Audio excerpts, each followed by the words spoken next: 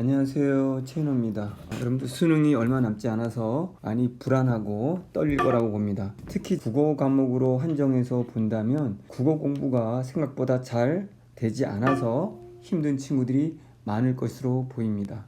자, 얼마 전에 상담한 친구가 한 명이 와서 제 유생인데 눈물을 보인 적이 있습니다. 그동안 공부를 잘못한 것 같아서 참 화가 나기도 하고 시간을 헛되이 보낸 것 같아서 굉장히 슬프다라고 하면서 눈물 흘리면서 상담을 한 친구가 있었습니다.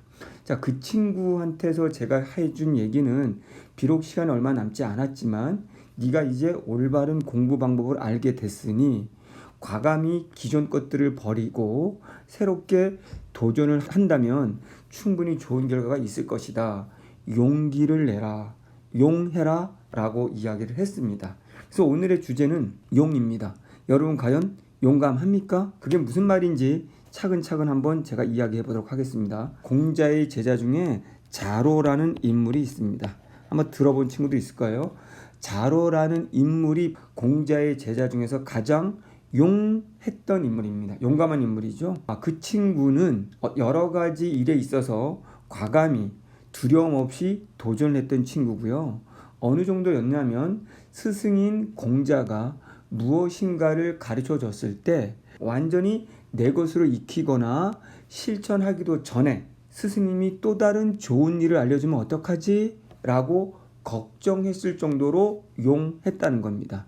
이때 용이라는 것은 올바른 것을 들었다면, 지혜로운 걸 들었다면 그것을 과감히 실천으로 옮길 수 있는 용기, 즉 능력이라고 보는 겁니다. 그렇기 때문에 자로 같은 경우에는 그 용기라는 것을 지혜롭게 활용한 인물이라고 할 수 있는 겁니다. 자, 그렇다면 이제 제가 수능에서 공부 방법론에 가서 이야기를 해볼게요. 제가 수많은 올바른 공부 방법을 이야기를 합니다. 그런데 그것들이 기존 거와 다르다는 이유로 그냥 겁을 하거나 분명히 내가 기존에 해왔던 공부 방식으로 인해서 국어 성적이 향상되고 있지 않음에도 불구하고 계속적으로 따르지 않고 있는 경우가 많아요. 자, 제가 가르치는 공부의 핵심은 논리잖아요. 논리. 자, 논리라는 건 뭐냐면 지금 여러분들이 그동안 배워본 적이 없기 때문에 이것이 올바른지 않다라고 생각하는 친구도 많을 거예요. 하지만 지금쯤은 한번 고민해 볼 때가 된 거예요. 단순히 암기를 통해서 문제를 풀었을 때 암기된 것으로 풀 수 있는 건 분명히 없었습니다. 선생님들이 많은 내용을 적어줬는데 동일한 작품이 나왔을 때 그 동일한 작품의 동일한 내용을 가지고 접근하려고 했더니 풀 수 있는 문제가 없었다는 거죠. 이번에 상담한 친구도 역시 마찬가지로 본인은 열심히 뜻풀이해주는 선생님들 걸 받아 적고 정리를 했는데 동일한 작품이 나왔는데 자신이 알고 있는 내용으로 풀 수 있는 문제는 하나도 없었다라는 거예요. 거기서 절망감이 온 거죠. 그러면서 이제 논리라는 새로운 세계를 접하면서 이제 후회 감정이 들었던 겁니다. 이런 것처럼 분명히 이제 수능이 얼마 남지 않았지만 바꾼다는 것에 대해서 분명히 겁이 날 겁니다. 그렇지만 논리라는 것은 분명히 정답을 정확하게 찾아갈 수 있는 가장 올바른 방법이기 때문에 이것을 바꾸지 않으면 오히려 나는 지금의 상태에서 나아질 수는 없을 거라고 보면 됩니다. 왜냐하면 수능이라는 건 철저하게 논리적으로 출제되는 문제입니다. 제가 누누이 강조하는 건 학력고사는 암기를 테스트하던 시험이고요.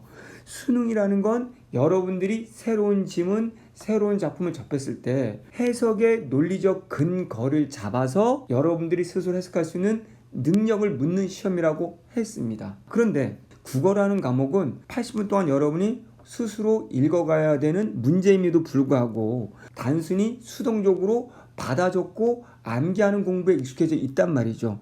칠판의 필기가 빽빽한 그런 수업들을 통해서 여러분들은 마음의 위안을 삼고 난 이거를 이해했으니까 나는 스스로 풀 수 있을 거라는 착각 속에 빠진다는 거죠.